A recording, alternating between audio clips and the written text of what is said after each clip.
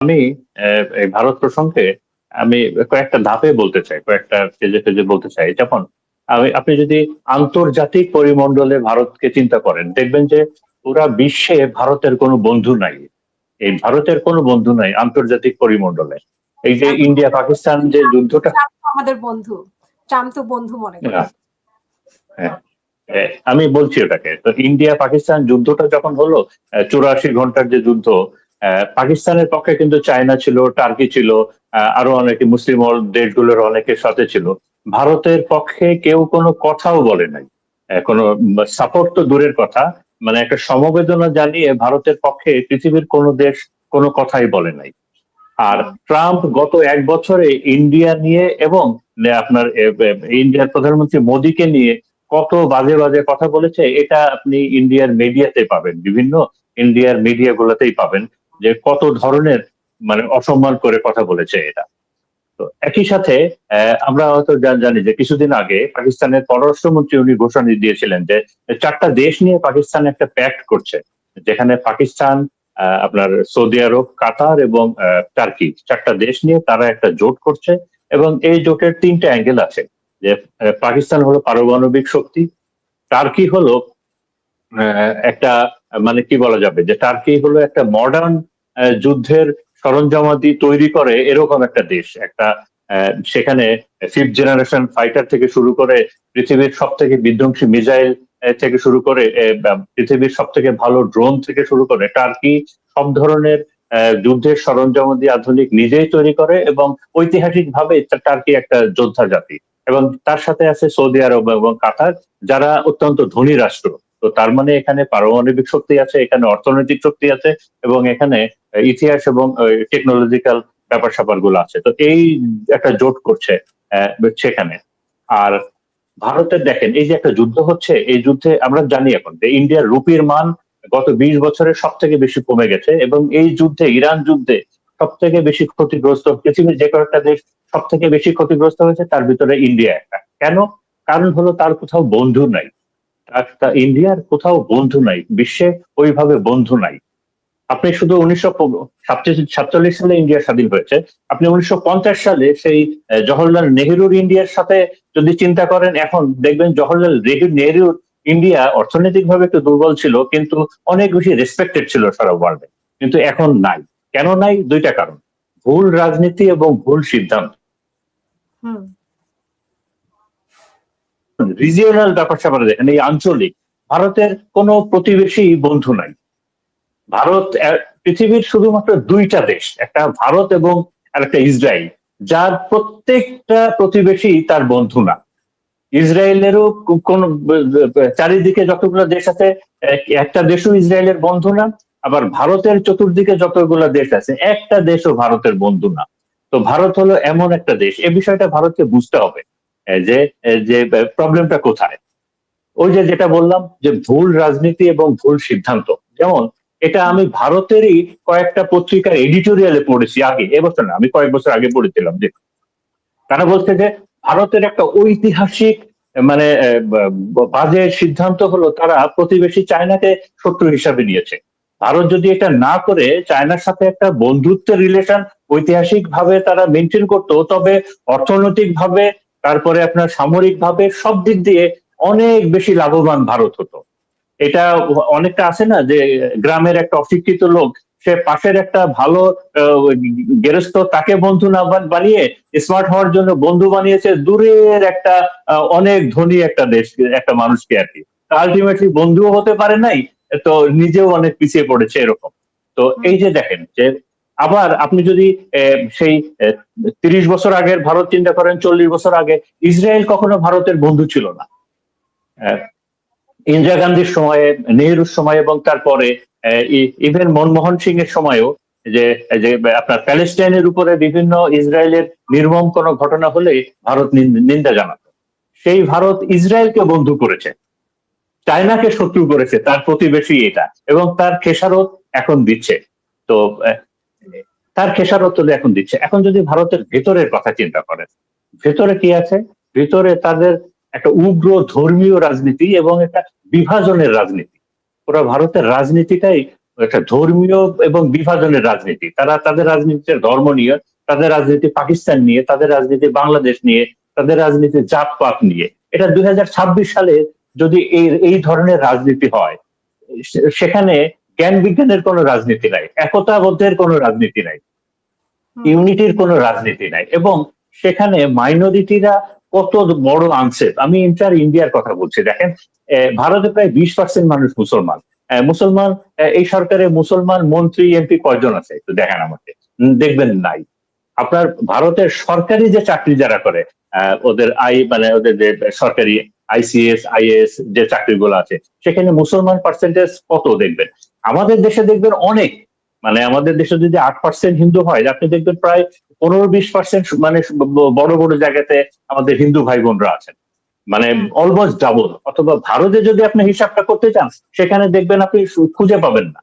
মানে এত বড় ধরনের একটা বিভাজন। একই সাথে যে ভারতে আমার জানার মধ্যে খুব সম্ভব 7টা তাদের অঙ্গরাজ্য আছে যেখানে হিন্দু মেজরিটি নাই।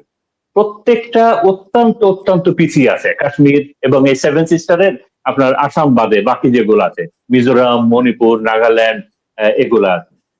এবং তারা দেখেন আপনি তাদের বাজেট এবং অন্যান্য সব দিক দিয়ে কিভাবে নিগৃহীত ভাবে আছে। কারণ কি? কারণ হলো তাদের ধর্ম অন্য। তো এইভাবে একটা বড় দেশ এভাবে তো চলতে পারে না। এখন পশ্চিম বাংলার কথা যদি বলি, আমি জানি আপনার এই অনুষ্ঠানে অনেক পশ্চিম বাংলার ভাই বোনরা শোনেন, তো আমি তাদেরকে উদ্দেশ্যে বলি যে দেখেন, এই যে পশ্চিম বাংলা, এটা কি রবীন্দ্রনাথের পশ্চিম বাংলা এখন যেভাবে চলছে? এটা কি পশ্চিম বাংলার? তো আমরা তো পশ্চিম বাংলার নেতা হিসেবে নেতাজি সুভাষচন্দ্রকে বুঝি। এটা কি নেতাজি সুভাষচন্দ্রের পশ্চিম বাংলা? ওই রাজনীতি গুলো কোথায় গেল? আমরা তো ছোটবেলায় জ্যোতি বসুকে দেখতাম, তাকে উনি একটা ভালো লিডার ছিলেন। এটা কি তার পশ্চিম বাংলা? এই রাজনীতি গুলো কোথায় গেল? মানে পশ্চিম বাংলাতে ধর্ম নিয়ে বাংলাদেশকে শত্রু বানিয়ে রাজনীতি, এই মানে এটা কেন হলো? এবং এই যে কেন বলছি, ভারতের যে বাজেট আছে, রাজ্য থেকে যে বাজেট বরাদ্দ গুলো করা হয় এবং বিভিন্ন ফ্যাসিলিটিস গুলো দেওয়া হয়, এক্ষেত্রেও কিন্তু পশ্চিম বাংলা তলানির দিকে আছে, প্রথম দিকে না। ওই গুজরাট বলি, উত্তরপ্রদেশ বলি, তাদের বাজেট অনেক বেশি সেন্ট্রাল গভর্নমেন্টের, পশ্চিম বাংলার জন্য এত না। পশ্চিম বাংলাও ভারতের মোটামুটি একটা পেছনের দিকের একটা মানে একটা প্রদেশ হিসাবে আছে। এখন আমি বাংলাদেশ ভারতের সম্পর্ক নিয়ে যদি বলি, আমি দেখেন যে ভুলটা ভারত করেছে এবং যার খেসারত ভারতও দিচ্ছে, তার থেকে সব থেকে বেশি আমাদেরকে দিতে হয়েছে, যে তারা বাংলাদেশের জনগণের সাথে সম্পর্ক তৈরি করেনি। তারা সম্পর্ক তৈরি করেছিল আওয়ামী লীগের সাথে নিজের স্বার্থের জন্য। এবং এই জনগণকে বাদ দিয়ে মধ্যপ্রাচ্যে আমরা যেমন দেখি যে কোনো দেশে গণতন্ত্র নাই, সৌদি আরব, কাতার, কুয়েত এরকম, সেখানে একটা রাজা বাদশাহ গায়ের জোরে বসে আছে, দেশের জনগণ চায় না, কিন্তু ওই রাজা বাদশাহ গুলা আমেরিকার পারপাস সার্ভ করে, আমেরিকাও তাদেরকে মোটামুটি ইন্ডেমনিটি দিয়ে ক্ষমতায় রেখেছে। তো আমাদের দেশেও ওরকম এতদিন ওরকম চলেছিল যে আওয়ামী লীগ ক্ষমতায় ছিল, যেখানে ভোট হয় নাই, দিনের ভোট রাতে হয়েছে, তারপর ভোটারবিহীন নির্বাচন হয়েছে, গুম হয়েছে, খুন হয়েছে, এই বিরোধী দলের উপরে কত ধরনের নির্যাতন হয়েছে। সবকিছুর বৈধতা, আওয়ামী লীগের সবকিছুর বৈধতা ভারত দিয়েছে, জনগণের বৈধতা দেয় নাই। বাট কারণ আওয়ামী লীগ ভারতের পারপাস গুলো সার্ভ করেছে, তো এই কারণে সবকিছুর বৈধতা দিয়েছে। এবং তার থেকে বড় দুঃখজনক দেখেন যে জুলাই বিপ্লব যেটা হলো, যে এখানে সারা বাংলাদেশের সকল মানুষের নিরস্ত্র, আমি বলছি নিরস্ত্র সকল মানুষের, মেনলি তরুণ সমাজের এবং সর্বোপরি সব মানুষের একটা স্বতঃস্ফূর্ত আন্দোলন, সেটাকে এই বিজেপি সরকার এবং ভারত, মেনলি বিজেপি সরকার এবং ভারতের যে মিডিয়া, তারা কিভাবে এটাকে মানে আপনার এইটা নিয়ে প্রচারণা করতে থাকলো এটা। এবং তারপরে এই যে যারা বাংলাদেশের খুন লুটপাটের সাথে জড়িত ছিল, বিভিন্ন খুন খারাপির সাথে জড়িত ছিল, গণহত্যার সাথে জড়িত ছিল, সবাই মিলে ওই পারে ভারতে আশ্রয় নিল, এবং ভারত তাদেরকে খুব সুন্দরভাবে আশ্রয় দিল, প্রোটেকশন দিল। মানে এখন এইটা কেন? এইটা কেন? এবং এইটা হলে দুইটা দেশের বন্ধুত্ব কিভাবে হয়? মানে কিভাবে এই দুইটা দেশের বন্ধুত্ব হয়? তো এইটা এখন এই জন্য আমি ভারতকে বলবো, এবং বিশেষ করে পশ্চিম বাংলার ভাই বোনদেরকে বলবো, এবং বাংলাদেশের জনগণকে বলবো যে দেখেন, বাংলাদেশ কোনোভাবেই ভারতের উপরে নির্ভরশীল না, কোনোভাবেই ভারতের উপর নির্ভরশীল না। আর পশ্চিম বাংলা এবং ভারত অনেক অনেক বেশি নির্ভরশীল বাংলাদেশের উপরে। ভারত তার সব থেকে বেশি বৈদেশিক মুদ্রা অর্জন করে বাংলাদেশ থেকে। আপনারা জানলে অবাক হবেন যে ভারত মানে সব থেকে বেশি বৈদেশিক মুদ্রা অর্জন করে বাংলাদেশ থেকে। এটা আনসিন ভাবে, এটা সিন ভাবে হলো মানে কাগজে কলমে প্রায় $25 বিলিয়ন, আর আনসিন ভাবে $40 বিলিয়ন উপরে বাংলাদেশ থেকে ভারত এটা অর্জন করে এটা। হ্যাঁ, আর দ্বিতীয়ত হলো যে পশ্চিম বাংলা তো বেঁচেই থাকে বাংলাদেশের উপরে। তো এই ক্ষেত্রে জনাব মাহমুদুর রহমান আমাদের সম্পাদক, উনি একটা কথা বলেছিলেন যে দেখেন, বাংলাদেশকে শুধু 3টা কাজ করতে হবে, তাহলেই ভারত এবং পশ্চিম বাংলা বুঝবে যে বাংলাদেশ ভারতের জন্য কত ইম্পর্টেন্ট এবং ভারত কত বেশি নির্ভর করে বাংলাদেশের উপরে।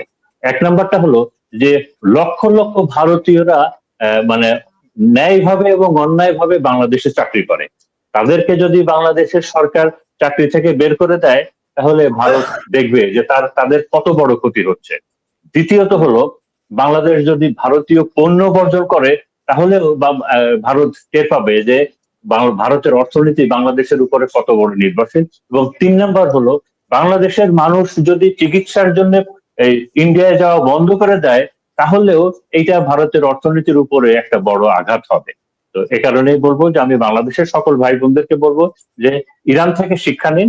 আমরা আমরা সাহসী জাতি, আমরা মুক্তিযুদ্ধের মাধ্যমে, আমরা যুদ্ধের মাধ্যমে স্বাধীন হয়েছি। এই বাংলাদেশের মানুষ যুদ্ধের মাধ্যমে স্বাধীন হয়েছে, মানে একটা মুক্তিযুদ্ধের মাধ্যমে একটা দেশ স্বাধীন হয়েছে, এইরকম ইতিহাস পৃথিবীর খুব কম দেশের আছে, পৃথিবীর খুব কম দেশেও আছে। তো আমরা যুদ্ধের মাধ্যমে স্বাধীন হয়েছি একটা দেশ।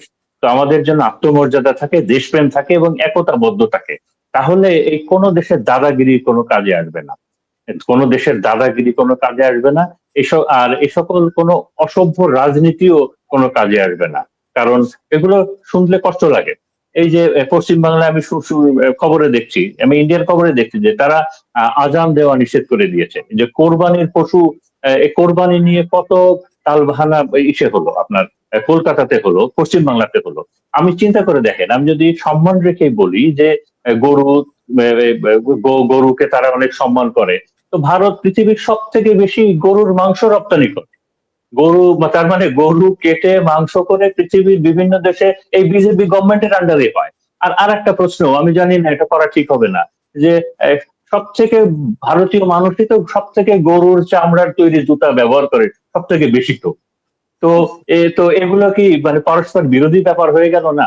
তার মানে বিষয়টা কিন্তু রাজনীতি। অথচ এই গরুর মাংস খাচ্ছে অথবা গরু জবাই করেছে, খবরটা মিথ্যা, কিন্তু এই সন্দেহে আপনি দেখেন গত 10-15 বছরে কত মুসলমান মানুষ প্রাণ হারিয়েছে ভারতে। অথচ যেখানে ভারত পৃথিবীর সব থেকে বড় গরুর মাংস রপ্তানিকারক দেশ। আর এইবার এই কলকাতাতে কি হলো যে আপনার সেখানে একজন, যে আমরা জানলেন যে মুসলমান একজন ইমাম, উনি বলেছিলেন যে যেহেতু গরুকে ওরা অনেক সম্মান করে, তো আমরা ওই সম্মান থেকে গরু মাংস, আমরা গরু কোরবানি করব না। আমরা দেখলাম যে হিন্দু ভাই বোনদেরই কত হাহাকার চলে আসলো পশ্চিম বাংলাতে, তারা গরু বিক্রি করতে পারছে না, আমরা দেখেছি এইগুলা। তো এই সবকিছুই আসলে এখানে ধর্মটা বিষয় না, রাজনীতিটা বিষয়, নোংরা রাজনীতিটা বিষয়। তো আমাদের আমাদের আর একই সাথে আমি জনাব শুভেন্দু, উনি তো আগে যখন উনি একটা সাধারণ নেতা ছিল, আমি তখনকার কথা বাদ দিলাম, উনি মুখ্যমন্ত্রী হওয়ার পরে উনি ভাষণে বলছেন যে বাংলাদেশের অনেক লোক বিজেপি পশ্চিমবাংলায় ক্ষমতায় এসেছে বলে নানা কথা বলছে, এরা সব জামাতি বাংলাদেশি আর কি, এরা সব জামাতি। তো মানে এটা আবার কি ধরনের কথা, বা এটা মানে যে শুভেন্দুর কথাবার্তায় যে বাংলাদেশের অনেক মানুষ উদ্বেগ প্রকাশ করছে, এর সাথে জামাতের কি সম্পর্ক? এটা সব সাধারণ মানুষ। তো বাংলাদেশের সব সাধারণ মানুষই কি জামাতি? তো মানে এটা শুভেন্দু বাবুর কথা। তো এখন এই আমি আমি আমি যেহেতু আপনি তো প্রতিবেশী চেঞ্জ করতে পারেন না, এটা তো এই ক্ষমতা তো আমার কারো নাই। তো কিন্তু পশ্চিম বাংলায় যেখানে ধর্ম নিয়ে রাজনীতি আগে ছিল না, একটা সহনশীল রাজনীতি ছিল, যেখানে কালচার, শিল্প, সাহিত্যের জন্য বিখ্যাত ছিল, যেটা রবীন্দ্রনাথের পশ্চিম বাংলা আমরা বলি, যেটা সুভাষচন্দ্রের পশ্চিম বাংলা, সেই পশ্চিম বাংলাটা, যে এই বাংলায় এখন এই ধর্ম, জাতপাত, তারপরে পাকিস্তান, বাংলাদেশ, এইসব নিয়ে রাজনীতি হবে। এবং সেখানে তারা মুসলমানদেরকে, ভারতের সব মসজিদে এখন মন্দির পাওয়া যাচ্ছে, সমস্ত বড় বড় ইসলামিক সেন্টার গুলোর নিচে মন্দির পাওয়া যাচ্ছে। এবার নতুন করে আবার আমরা শুনছি যে ওদের দেওবন্দের যে বড় বিশাল মাদ্রাসা, ঐতিহাসিক প্রায় 300-400 বছরের, তার নিচেও নাকি মন্দির পাওয়া যাচ্ছে। তো মানে তো গত কয়েক সপ্তাহ আগে জনাব মাহমুদুর রহমানের একটা আর্টিকেল উনি লিখেছিলেন যে তাজমহলের নিচেও তো মন্দির পাওয়া যাচ্ছে, এই ক্লেমও তো আপনারা করেছেন, তাজমহলটা ভাঙছেন না কেন? তাজমহলটা ভেঙে দিন না, দেখি আমরা তাজমহলটাও ভেঙে দিন। কারণ তাজমহল তো ভাঙেন না, তখন তো পৃথিবীর যখনই বড় কোনো প্রেসিডেন্ট প্রাইম মিনিস্টার আছে তাদেরকে তো নিয়ে যান সেখানে, আপনারা আপনাদের সৌন্দর্য দেখানোর জন্য তাজমহল, সেটা ভাঙেন, তো সেটা তো ভাঙেন না। তো তো আমরা চাই যে একটা সুস্থ রাজনীতি হোক। কারণ কি, যে প্রতিবেশীর বর্ডারের ওই পাশে একটা অসুস্থ চর্চা, অসুস্থ রাজনীতি এবং অসহিষ্ণুতা এই ধরনের হলে সেটার এফেক্ট আমাদের দেশেও এসে পড়ে। এটা আমরা চাই না। একটা ভালো সম্পর্ক তৈরি হয় আগে যেমন ছিল। ও সবসময় পশ্চিমবাংলার সাথে বাংলাদেশের একটা অত্যন্ত সুন্দর এবং বন্ধুসুলভ সম্পর্ক ছিল, সেটাই ভবিষ্যতে হোক, আমি আশা করে আমার বক্তব্য শেষ করছি। ধন্যবাদ।